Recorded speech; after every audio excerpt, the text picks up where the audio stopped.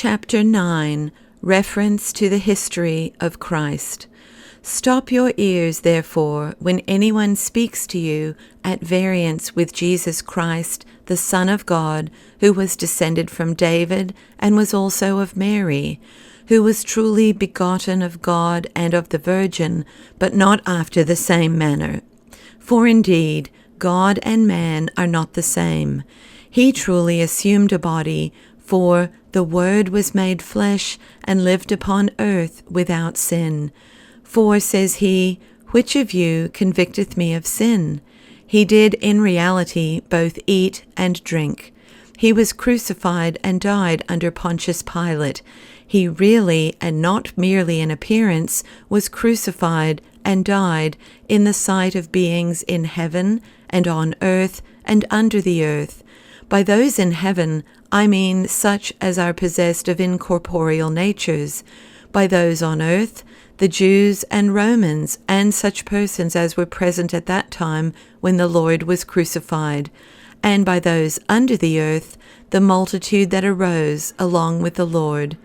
For, says the Scripture, many bodies of the saints that slept arose, their graves being opened. He descended indeed into Hades alone, but he arose accompanied by a multitude, and rent asunder that means of separation which had existed from the beginning of the world, and cast down its partition wall. He also rose again in 3 days, the Father raising him up, and after spending 40 days with the apostles, he was received up to the Father, and sat down at his right hand, expecting till his enemies are placed under his feet.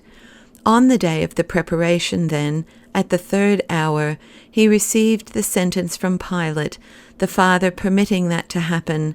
At the 6th hour he was crucified. At the 9th hour he gave up the ghost, and before sunset he was buried. During the Sabbath he continued under the earth, in the tomb in which Joseph of Arimathea had laid him.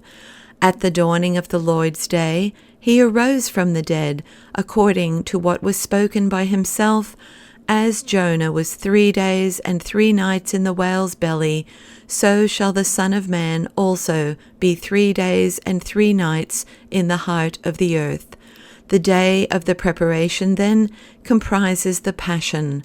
The Sabbath embraces the burial. The Lord's day contains the resurrection.